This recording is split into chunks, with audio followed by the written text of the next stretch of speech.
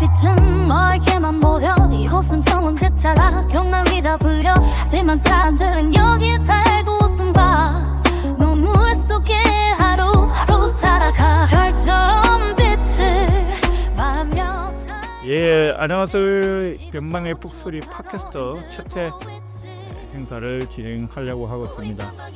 오늘 크리스마스도 얼마 남지 않았고 연말도 얼마 남지 않았습니다. 오늘 경남의 크고 작은 사건들이 2024년도에 많이 일어났는데요. 요거에 관해서 한번 기자님들 모시고 기자님들이 아닙니다. 님만 모시고 한번 이야기 한번 해보려고 하고요. 자, 안녕하세요. 네, 안녕하세요. 예, 본인 소개 좀 간단하게 좀 부탁드리겠습니다. 네, 안녕하세요. 저는 뉴스 경남의 황원식 기자라고 합니다. 아, 예, 반갑습니다. 올해 2024년 여러 크고 작은 사건들이 많이 있었을 건데요. 그 중에서 뭐 어떻게 제일 첫 번째 아니면 뭐 꼽는다면 어떤 것이 가장 인상 깊은 기사였나요? 아, 네. 우선 이거 하기 전에 제가 뽑은 기사들은 일단은 제 주관이 좀 들어갔다는 거. 왜? 좀 봐주시고. 일단 첫 번째로 꼽은 뉴스는 명태균 게이트입니다. 맹태경 게이트라. 예. 그렇죠. 이게 사실은 전국을 떠들썩하게 했던 사건이라 보니까 이거를 첫 번째로 안 넣을 수가 없었고, 특히나 명태균 씨가 그 창원 사람이기 때문에 이 경남 지역 사람들은 더 큰 이야기거리가 됐던 것 같습니다. 네. 이 사건의 전말은 그 윤석열 대통령과 김건희 여사가 그 지난 2022년 6월 보궐선거 그리고 제22대 국회의원 선거에 그 국민의힘 공천에 개입을 했다라는 의혹으로 시작이 됐습니다. 그리고 명태균 씨가 윤석열 대통령을 당선시키기 위해서 그 불법 여론조사를 했었다. 예, 이렇게 또 논란이 번지기도 했었는데요. 이렇게 수사 과정에서 여러 가지 또 관련 지인들의 녹취록이 공개가 되면서 이 사건이 일파만파로 더 커지기 시작했습니다. 그렇죠. 그래서 지금 명태균 씨가 창원 제2국가산단의 지정에 개입한 것이 아니냐라는 걸로 지금 이 창원 지역에서는 가장 큰 이슈가 되고 있는데요. 예, 지금 그 창원 제2국가산단 관련 건으로 인해서 창원시청의 감사관실까지 압수수색이 들어가고 좀 여러 가지 상황이 좀 되게 크게 일어나고 있습니다. 그리고 이것과 관련해서 그 전에 명태균 씨가 회의를 할 때, 국가산단 관련 회의를 할 때 공무원들이 있는 자리에 명태균 씨가 같이 합석을 했다.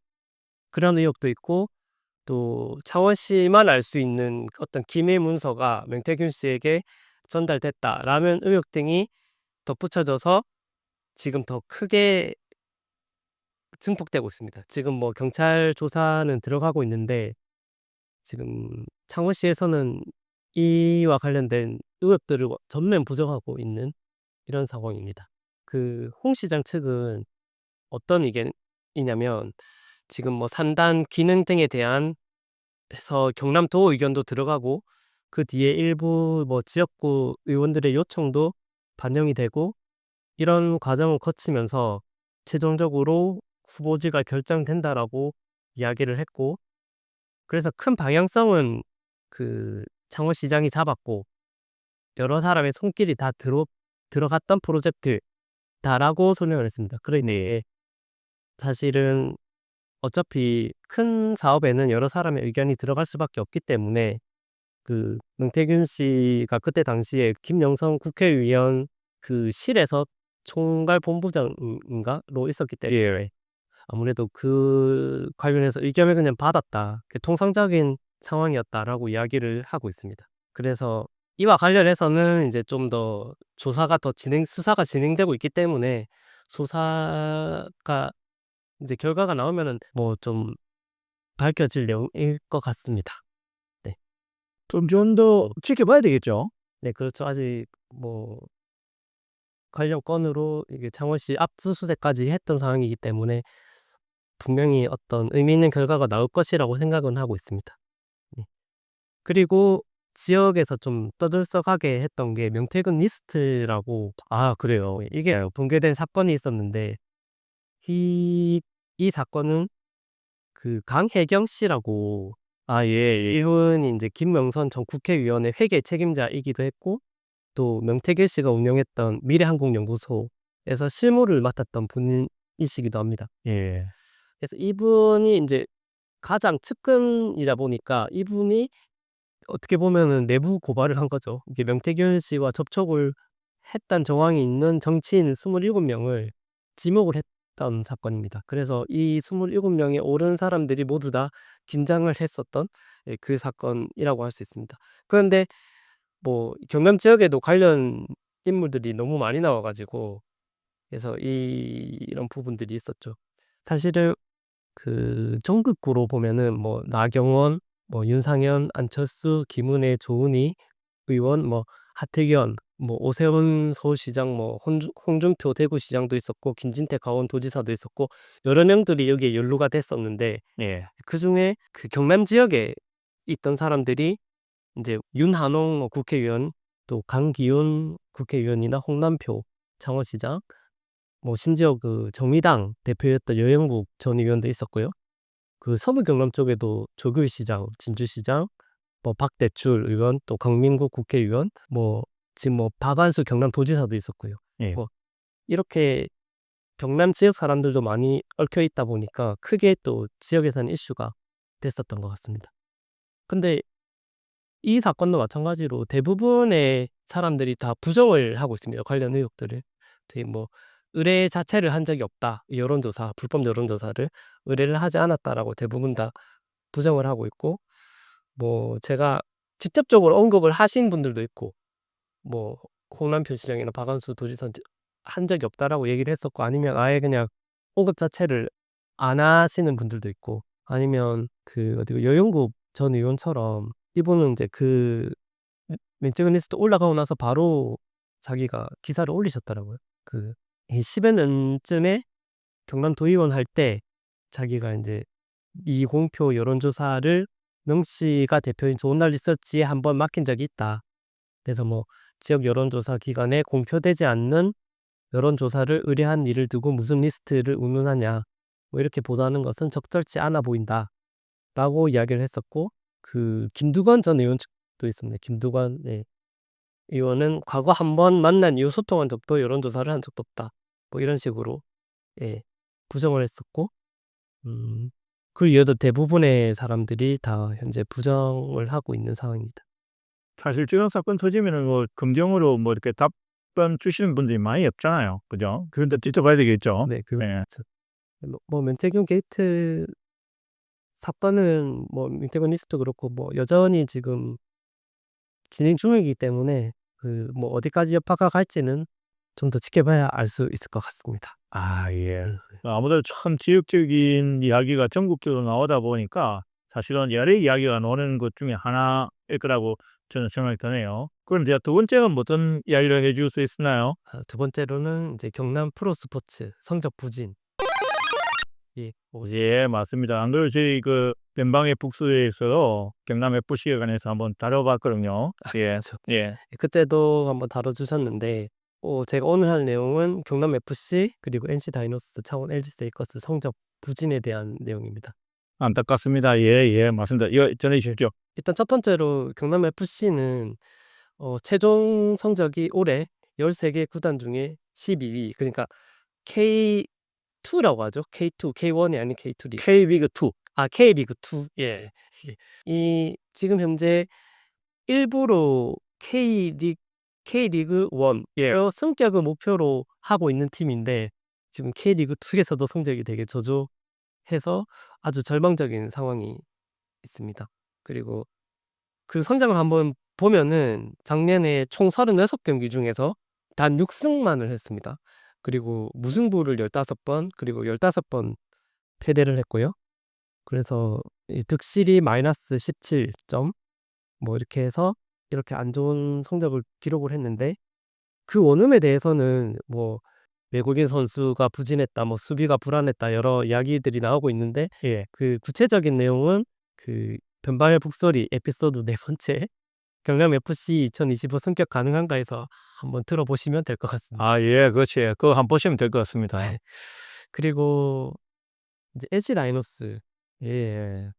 그 성적이 총 10개 구단 중에서 예. 9등을 했습니다. 예. 그래서 NC도 성적이 되게 안 좋았는데, 기록을 보면 이제 총 144경기에서 61승 81패, 이게 두 번을 비겼고요. 이게 승률로 보자면은 0.43%, 43%의 승률로 따지면은. 예. 그리고 홈 경기에서는 그래도 34승 39패. 예. 그래도 조금 선전을 하긴 했지만 그래도 58이 안 되는, 5할이 안 되는, 예, 그런 성적을 보였죠. 홈에서도. 예. 그래서 이렇게 성적이 부진한데, 이 원인에 대해서는 저도 좀 기사를 찾아보니까 정확하게 좀 분석한 기사가 좀 많이 없더라고요.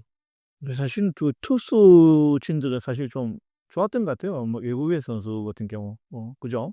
예, 했고. 근데 국내 투수진들이 네. 조금 못 따라잡은 것 같고. 뭐 저는 뭐 그쪽에 전문가로 아니니까 그냥 패널로서 볼 때 그랬다는 이야기고요. 그냥 뭐 타격도 조금 부족할 것 같고. 물론 좋은 결과가 있겠죠. 뭐 이호전 우리 감독님도 오셨으니까. 그렇죠. 그거였으니까.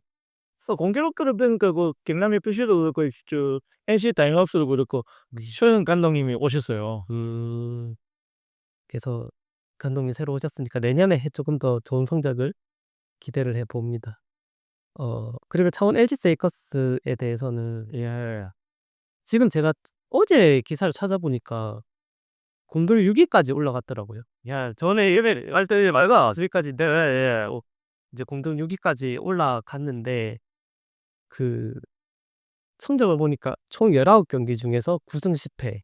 예. 예, 이제 승률이 그 4할 7푼 정도의 0.47 정도 되더라고요. 말이 안 되네요. 네. 예. 아직까지 그렇긴 한데, 그래서 최근 기사를 한번 찾아보니까 창원 LG 뭐 중위권 도약 시동, 이렇게 해서 되게 긍정적인 의미의 기사. 할 가능성이 있습니다. 예.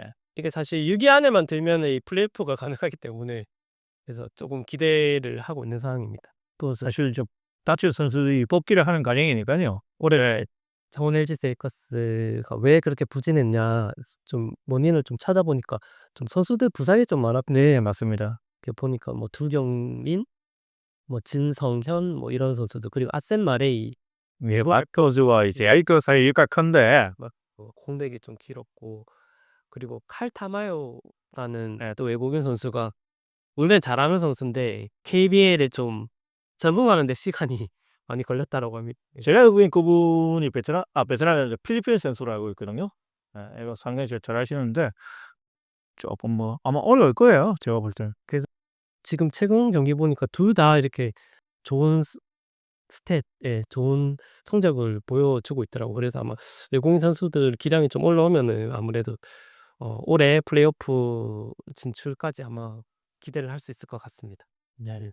우리 요 저희 그게 있는 곳 옆에 그 우리 LG 쉐이커스들이 자주 찾는 식당이 있거든요.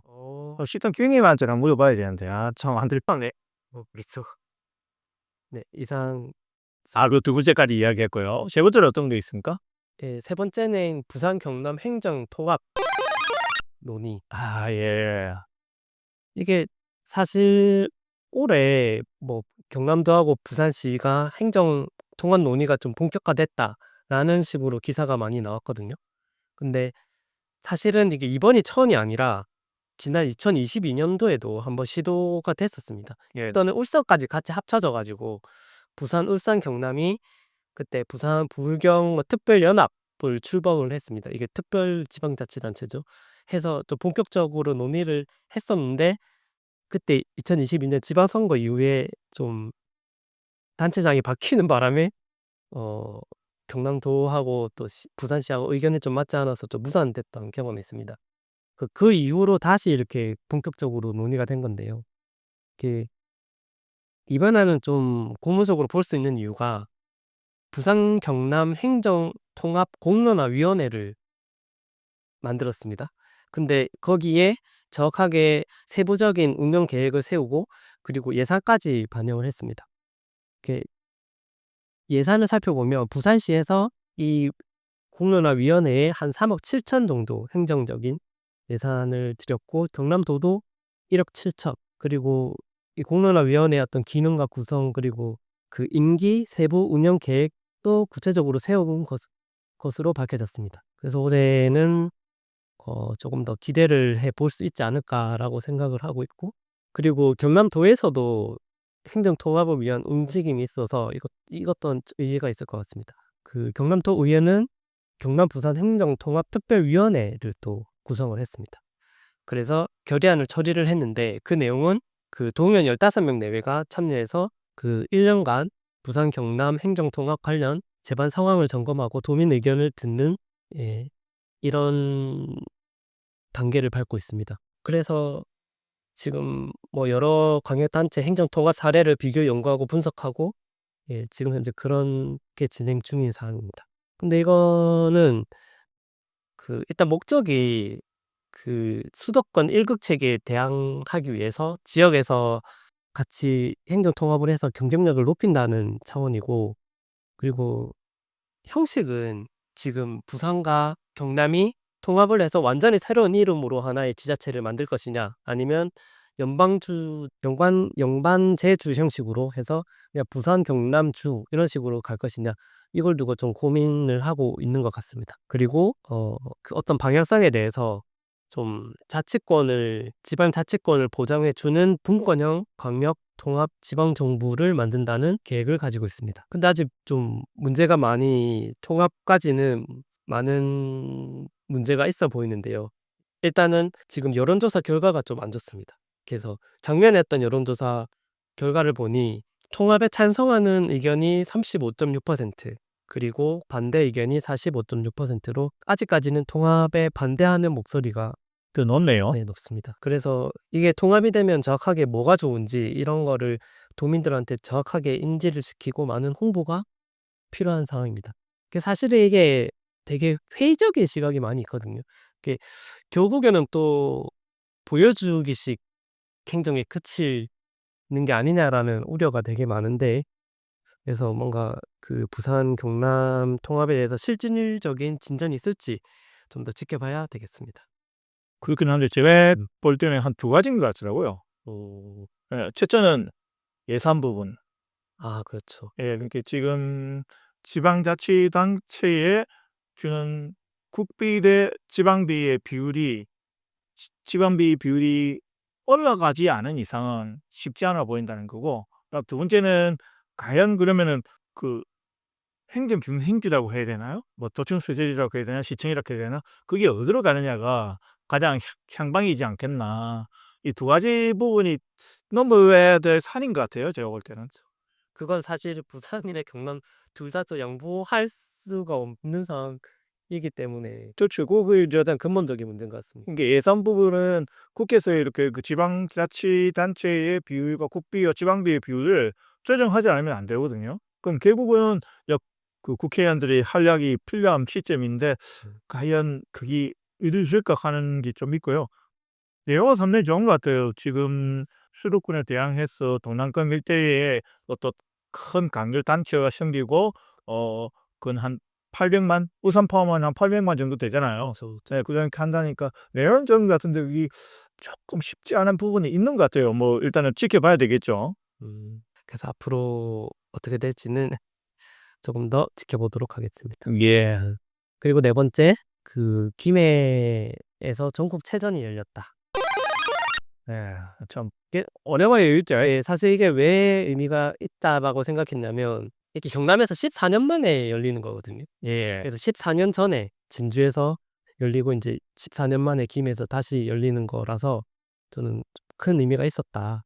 이렇게 봐지고 이 대회를 준비하기 위해서 김해시가 좀 많이 노력을 했던 부분들이 있습니다. 그래서 보니까 총 75개 경기장에서 49개 종목을 치렀고요.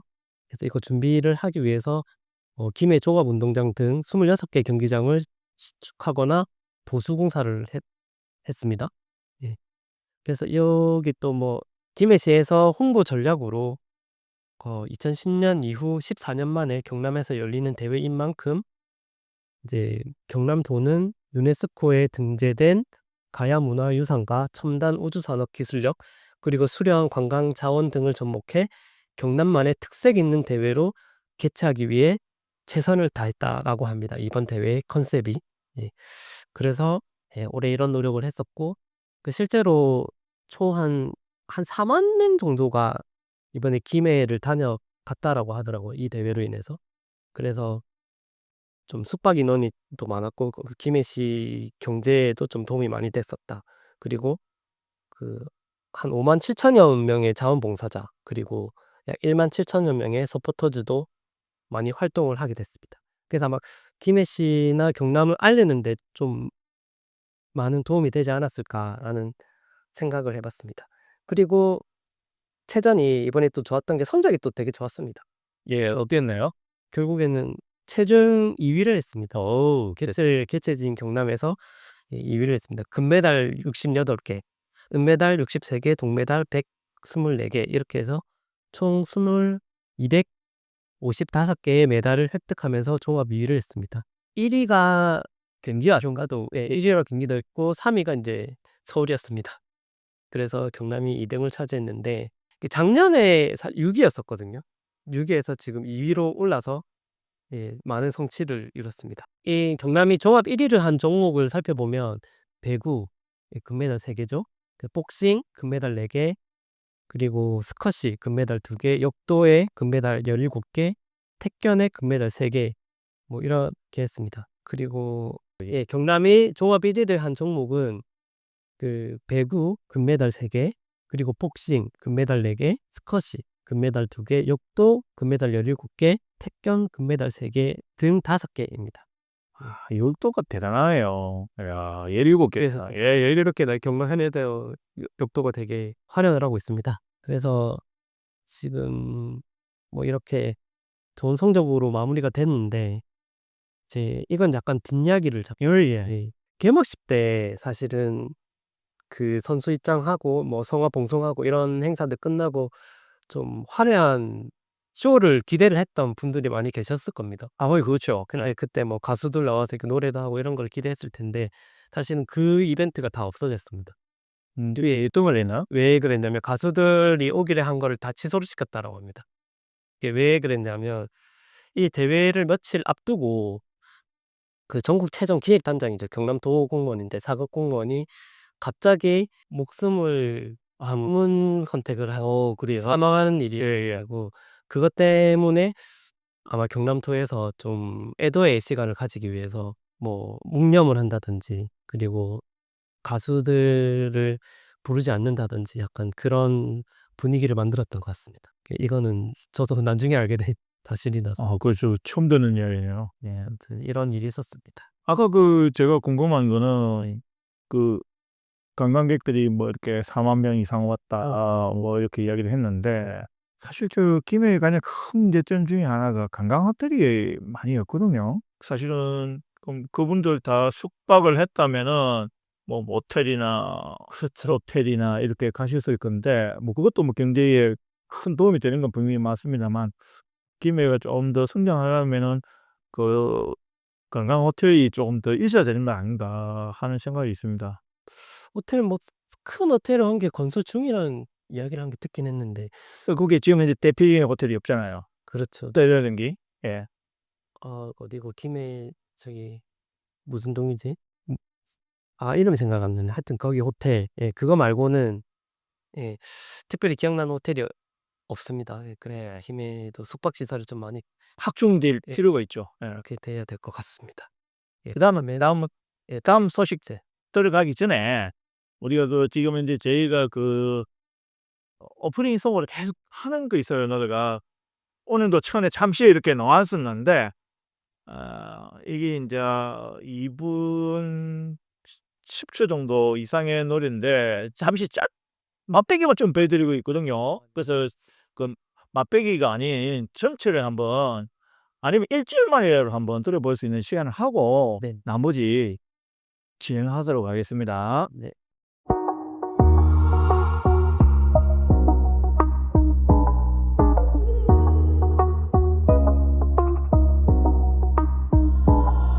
서울의 불빛은 멀게만 보여 이곳은 처음 그따라 경남이라 불려 하지만 사람들은 여기에 살고 웃음 봐 눈물 속에 하루하루 살아가 별처럼 빛을 말하며 살고 있지 이곳저곳 추억하러 흔들고 있지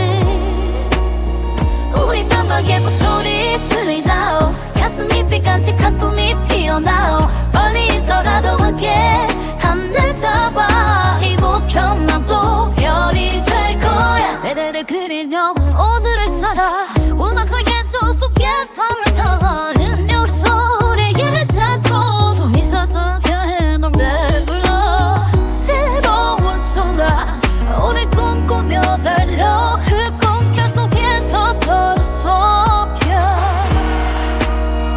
우리 맘마의 목소리 들리나오 가슴 깊이 간직한 꿈이 피어나오 멀리 있더라도 함께 하늘 잡아 이곳 경남도 별이 될 거야 영광의 외로움 속에서도 우린 포기하지 않아 꿈이 있는 한 길이 열릴 테니 이제 우리의 소리 들어서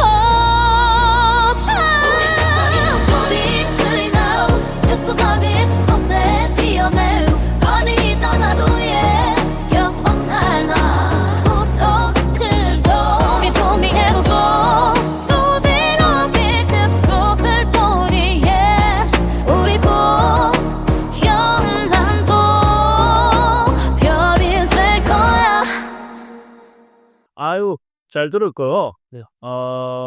다섯 번째 어떤 이야기입니까? 그 경남지자체장들의 사법 사건 상황에 대한 이야기를 하려고 합니다. 예.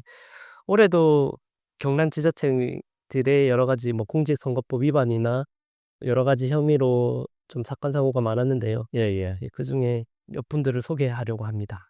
일단 첫 번째로는 오태환 의령군수인데요. 올해 이분도 유죄를 선고받아서 벌금 1,000만 원을 받았습니다. 예. 강제추행 혐의라고 하는데 일단 사건의 전말을 살펴보면 2021년 6월 달이죠. 2021년 6월 달에 한 음식점에서 기자들하고 저녁 간발의 아래 자리를 갖고 있었는데 거기에서 한 여자 기자에게 성희롱성 발언을 하고 또 손목을 잡는 등 강제추행이 있었다고 합니다. 그 혐의로 기소가 돼서 최종 이제 그 1심, 2심을 거쳐서 고등법원이죠. 거기서 이제 유죄가 선고됐습니다. 그리고 1,000만 원을 받았는데 결론은 군수직은 유지가 됐다고 합니다. 왜냐하면 그 선출직 공무원의 경우에 선거법을 위반하면은 벌금 100만 원 이상 그리고 형사사건은 금고형 이상이어야 당선 무효형이 되는데 뭐 이 사건은 그 강제추행 형사사건으로 봐서 이제 금고형이 안 나왔기 때문에 아마 직을 유지할 수 있었던 것 같습니다. 예. 근데 뭐 결론은 오태환 의령군수가 직을 유지는 했으나 계속해서 무죄를 주장하면서 대법원에 또 상고장을 제출했다고 합니다. 그 이름이 많다라고 하시는가 봐요. 뭐 그렇기도 하고 그렇겠죠. 근데 자기는 아마 그거 말고도 뭔가 다른 정치적인 목적이 있을 수도 있는데 그 완전 무죄를 주장하면서 이렇게 대법원에 또 상고장을 제출했습니다. 오태환 의령군수 사건이고 그 두 번째가 올해 또 크게 이슈가 됐던 게 박종우 거제시장이 올해 시장직을 상실하는 형을 또 확정이 됐습니다. 이 사건은. 예, 그렇죠. 그래서 올해 뭐 공직선거법으로 유죄를 받아서 시장직을 상실하게 된 사건입니다. 박종우 거제시장은 지난 2022년 6월에 있었던 지방선거 그 전을 앞두고 2021년경 그 자신의 측근을 통해서 그 지금 현재 이제 자신의 SNS 홍보 담당이었던 사람에게 돈을 1,300만 원 가량을 주고 홍보를 좀 해달라고 한 혐의로 기소가 됐습니다. 그래서 처음에 기소가 됐을 때 당시에는 그 1심 재판부에서 그 징역 6개월 그리고 집행유예 2년을 선고를 했습니다. 근데 최종적으로는 대법원까지 가서 재판이 나오기 그 재판 결과는 1,300만 원 중에서 200만 원만 인정이 됐고 징역 4개월에 집행유예 2년으로 확정이 됐습니다. 결국에는 그 선거법 위반의 경우에는 100만 원 이상만 넘어도 이상만 되어도 당선 무효가 되기 때문에 이제 박정호 거제시장은 최종 당선 무효가 됐습니다. 그래서 아마 내년 4월 재보궐선거에서 다시 거제시장을 다시 뽑을 예정입니다. 예, 지금 현재 준비하시는 분들이 한 20명 된다 하거든. 이분은 예, 박정호 거제시장 또 다른 사람 있습니까? 그리고 그 홍남표 창원시장 이야기를 또 안 할 수가 없는데 제가 밥을 8먹었습니다. 아 그렇죠. 이번 결과를 맞추셨지 않습니까? 아, 예, 맞아요. 저요. 네. 이번에 그 당선 무효형을 받을 것이다. 이번 2심에서 뭐 지금 올해 그 2심에서 징역형을 징역형이죠. 을 선고받는 바람에 당선 무효형이 되어서 지금 시장직을 잃을 위기에 있습니다. 그래서 홍남표 창원시장은 그 혐의를 보면은 지난 2022년 그 6.1 지방선거 당시에 국민의힘 출마자로 거론되던 이 씨에게 출마하지 말 것을 대가로 공직을 제공하기로 한 혐의를 받고 있습니다. 예. 그래서 근데 1심에서는 무죄를 선고를 받았습니다. 그때 왜 그랬냐면 그때 당시 그 선거 캠프에 있던 그 총괄 선거 대책 본부장이었던 최 씨가 있습니다. 그분하고 이 씨하고 둘이서만 이렇게 공모를 해서 공직을 제안한 것을 둘이서만 공모를 했다라고 주장을 하고 자기는 직접적인 증거가 없다. 공직을 제안했던 직접적인 증거가 없다라고 해서 이제 1심에서는 홍남표 시장이 무죄를 선고받았지만 2심에서는 더 증거들이 더 추가가 되어서 결국에는 공모를 한 정황이 입증이 된다라는 판단하에 똑같이 징역 6개월에 집행유예 1년 그 최 씨와 함께 이렇게 각각 나오게 됐습니다. 그래서 당선 무효형을 받았는데 이것도 제가 좀 뒷이야기했습니다. 제가 거기 직접 갔습니다. 현장을 가시니까 간판 2심 재판 그 선고를 받을 때 제가 현장에 있었는데 그때 거기서 재판장에서 결정적인 증거를 이야기하는 또 대목이 있었거든요. 그 양형사유에서도 그걸 언급을 했는데 그 지난 4월 의경에 그 한 식당에서 그 홍남표 시장과 그리고 아까 말했었던 총괄 선거 대책 본부장이었던 A 씨와 그리고 그 공직을 제안받았다고 주장하는 그 B 씨가 함께 셋이서 대화에 참석을 했는데 그때 당시 그 최 씨가 이 씨에게 최소한 경제 특보는 보장하고 열심히 하면 그 이상도 될 수 있다라고 이렇게 이야기를 했었고 거기에 홍남표 시장이 오이라고 말하면서 고개를 끄덕였다라는 내용의 증거를 내놓았습니다. 근데 여기서 이제 재판부가 이거를 결정적 증거로 보고 이로써 홍남표 시장과 그 최 씨가 공모해서 이 씨가 당내 경선 후보자가 되지 아니하게 할 목적으로 공사직을 제공했다라고 이렇게 받아들였습니다. 근데 제가 거기에 재판이 끝나고 나서 이제 홍남표 시장이 나와서 이야기를 직접 들어봤는데 상당히 억울하다는 식으로 이야기를 했었습니다. 그때 했던 말이 응이라고 대답을 하는 건 상당히 다의적인 뜻이 될 수가 있다. 그냥 우리가 알았다고 얘기할 때도 응이라고 할 수도 있고 그냥 뭐 대충 그냥 오 이렇게도 할 수 있기 때문에 이거를 직접적인 증거라고 보기는 힘들다. 이런 취지의 주장을 강하게 주장을 했었고 그리고 또 한 게 본인이 억울하다고 했던 측면이 그때 경선에서 4명만 딱 남았을 때 그 시점이 있었는데 그중에 그 4명 중에 한 명이 홍남표 시장한테 그 제안을 했다라고 합니다. 똑같이 자리 말입니까? 네네 그 자리를 주면은 내가 포기를 하겠다 경선에서 이런 식의 제안을 했는데 그때도 홍남표 시장은 거절을 했다고 합니다. 그 절박한 상황에서도 거절을 했다. 그런데 내가 그때 당시에 이 씨의 말을 줬을 리가 없다. 이런 논리로 상당히 억울함을 호소하면서 그날 했던 이야기가 생각이 납니다. 그 이 사건은 지금 현재 홍남표 시장이 대법원에 상고를 한 상태고요. 그래서 보통 규정에 따르면은 대법원 전심 판결이 있고 나서 대법원에 상고가 됐을 때 3개월 이내에 선고해야 된다라는 규정이 있긴 그렇죠. 예. 근데 이게 사실은 이 규정이 잘 안 지켜지고 있기 때문에 대법원에서 또 얼마나 또 시간이 걸지는 사실상은 알 수가 없습니다. 근데 그제 시장은 그 전에 했기 때문에 네네네. 뭐 올 수도 있죠, 뭐. 아 그렇죠. 음. 그래서 이게 뭐 그래서 내년에 뭐 재선거를 할지 내년 재선거는 없을 것 같아요. 왜냐면은 3개월 한다 하면은 3월 달 정도 아니면은 조금 더 늦어진다 하면 4월 달이기 때문에 4월에 보궐선거가 있기 때문에 4월 보궐선거를 하기 전에는 한 달 전이니까 2월 달 안에 그게 결과가 나와야 되거든요. 그렇지는 않을 것 같고. 그렇게 네, 그리고 그 이후에 4월이나 5월 나온다고 해도 그 임기가 1 년이 남지 않지 않습니까? 보궐선거 한다 하면 10월에 해야 되거든요. 그렇네. 예, 그러면은 임기가 1 년이 남지 않다 보니까 또 재선거를 하기 힘드니까 만약에 한다 하면은 부시장 체제로 갈 가능성이 있고 만약에 무죄가 된다 하면은 아무래도 또 차후시장 업무를 계속부터 해야죠. 예예. 문제가 될 수도 있기 때문에 예예. 그건 알 수가 없는 거니까요. 일단 지켜봐야 되겠죠, 그것도. 예. 이상입니다. 또 다른 것도 있잖아요. 다른 거 또 지자체장. 지자체장 말고 지자체장 중에 통영시장권도 있어요. 통일시장. 예, 있는데 거기에서 지지 선언 혜택하는 부분도 있었거든요.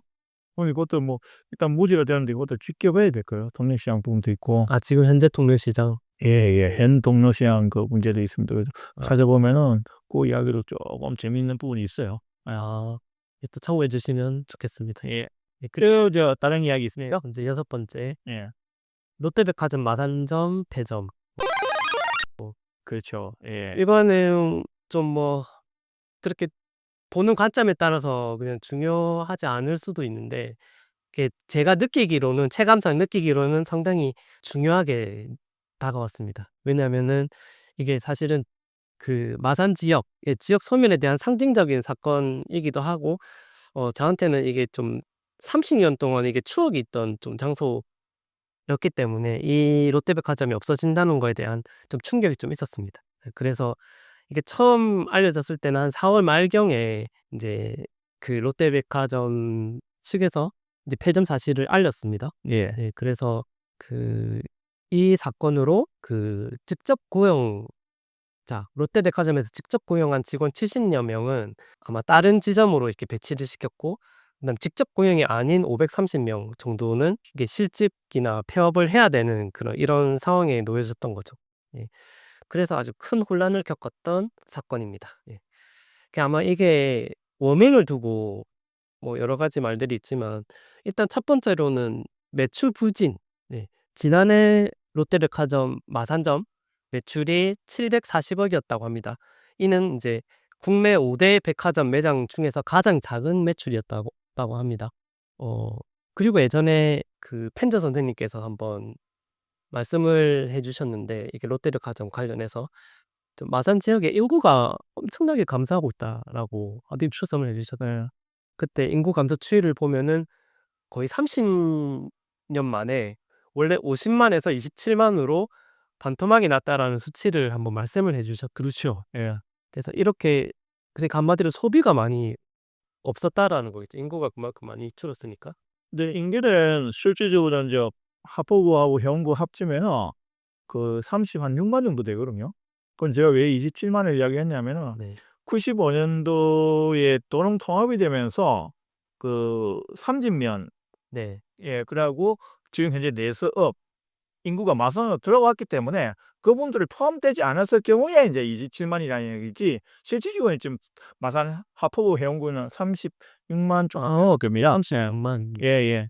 인제 여기 삼진면과 그렇죠. 내수업 예. 인구가 있으니까. 그거를 빼면은 이제 예, 그렇죠. 실질적으로는 반토막이라고 봐야 되겠죠. 예, 맞습니다. 예. 이렇게 이런 상황입니다. 그래서 근데 인제 상황이 이렇게까지 됐는데 사실상 500명이 넘는 실축자가 생긴 셈이지 않습니까? 근데도 경남도와 창원시에서 좀 뚜렷한 대응이 없어서 많이 비판을 받기도 했습니다. 근데 이 사건에 대해서 또 그때 또 펜자 선생님께서 롯데백화점 마산점에만 그칠 것이 아니다. 또 다른 뭐 예를 들어서 근처의 이마트나 뭐 신세계 백화점까지도 악영향을 미칠 수 있다라고 한번 말씀을 해주셨거든요. 경기가 좋으면은 그렇지 않겠지만 경기가 안 좋다면 그럴 수 있겠죠. 그래서 이게 조금 더 우려가 되고 있는 상황입니다. 그 원인에 대해서 뭐 많은 말씀을 해주셨지만 어쨌든 그쪽 마산 지역에 먹거리가 많이 없어서라고 좀 이야기를 해주셨는데 제일 중요한 거는 그거죠. 뭐 일단 먹는 문제, 즉 그렇죠. 일자리가 없다는 거죠. 네, 그래서 아마 이 부분들을 좀 지역의 국회의원들께서 좀 많이 관심을 가지셔서 새로운 산업을 마산 지역으로 가져오는데 좀 더 노력을 해 주셨으면 좋겠습니다. 그렇지 않고서는 뭐 그때 노무현 정부 때처럼 국가에서 강제로 이렇게 뭐 그 공기업을 유치를 한다든가 이런 식의 방법 말고는 사실상 힘들기 때문에 예. 사실 참 그렇습니다. 그거 이따 제가 따로 한번 이야기하세요. 기회가 있으면 한번 해보겠습니다. 예. 따로 한번 콘텐츠를 만들었으면 좋겠습니다. 어쨌든 6위가 롯데백화점 마산점 패전이었습니다. 안타까운 소식입니다. 마지막으로 어떤 소식이 있습니까? 그리고 7번째가 그 인근의 경남 지역의 창원대를 비롯해서 인제대학교도 포함되겠죠. 예. 이 경남도에서 전국 최다 글로컬 대학이 선정됐다.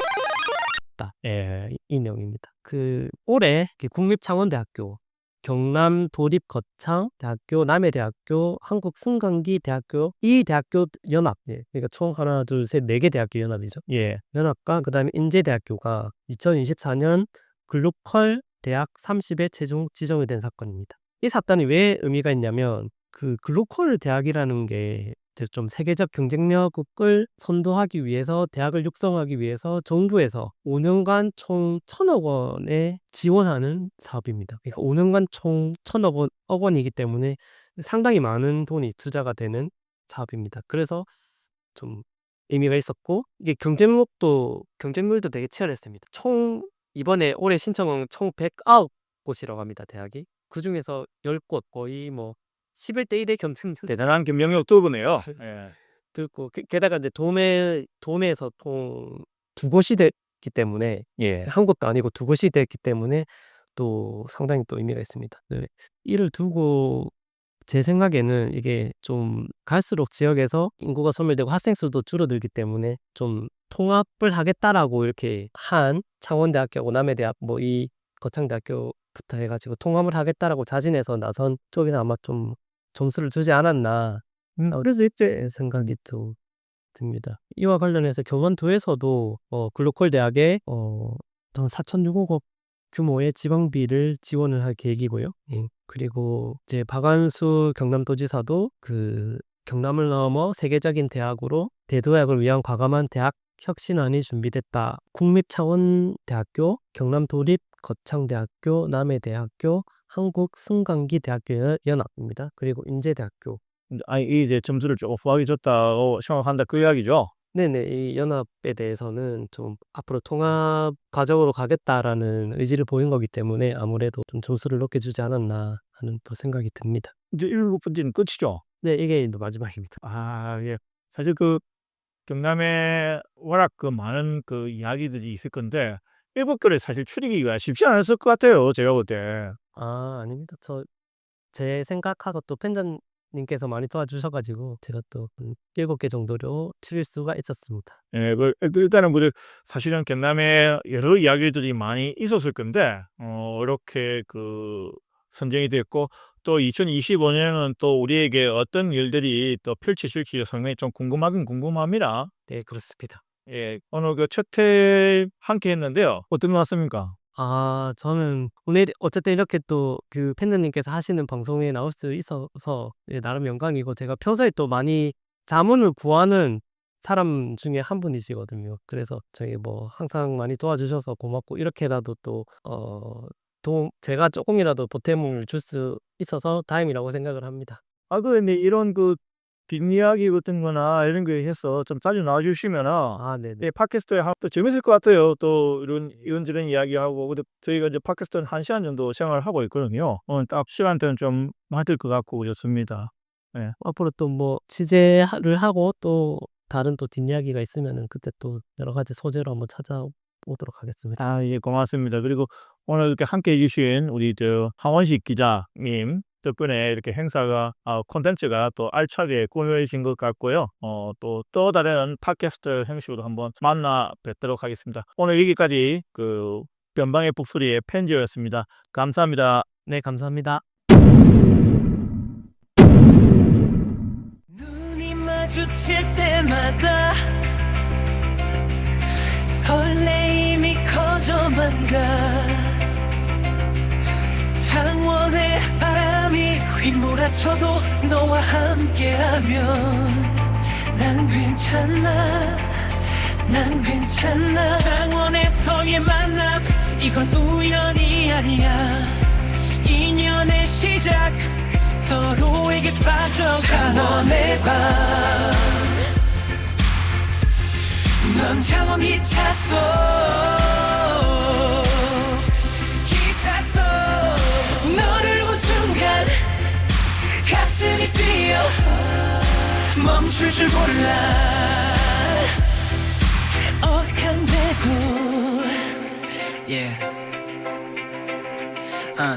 창원의 바다 담은 풍경, 너의 미소 속 반영되어 서로를 탐하고 싶어져. 네가 진이 샵건져 탐험김에 헤드기책 뱉는데 개사스럽던 업대가 내는데 놀이가 되지게 맘대 하루하루 무기능으로 기질각해. 내일 바울이 없어 남성 손에는 묘석에 예술은 서두개 노래던 번역할 한국말은 남지고 나는 목을 뻘터는 뼈 입을게. 내가 미군 거를 넌날 피해. 창원의 거리를 함께 걸을 때면 바쁜 세상도 잠시 멈춘 듯해. 눈빛만 봐도 알 수 있어 이 마음 변치 않을 거야. 난 기다려 네가 반친 서 반대니까 지키나 반신의 겨 손에다 내 발소는 날 데려가 포드는 게 상제다교. 남성 안구만대 한노와 한대 새로 나와 함께 서로 생겨나가 한대만 가는 답서 대공들은 쓸없대 우리라는 답소. 여성 창원의 깊은 밤 너와 함께 본 별빛 내 맘에 새겨서 잊을 수가 없어. 창원의 하늘 아래 첫 고백의 순간도 너와 나만의 시간 영원히 간직하고. 창원의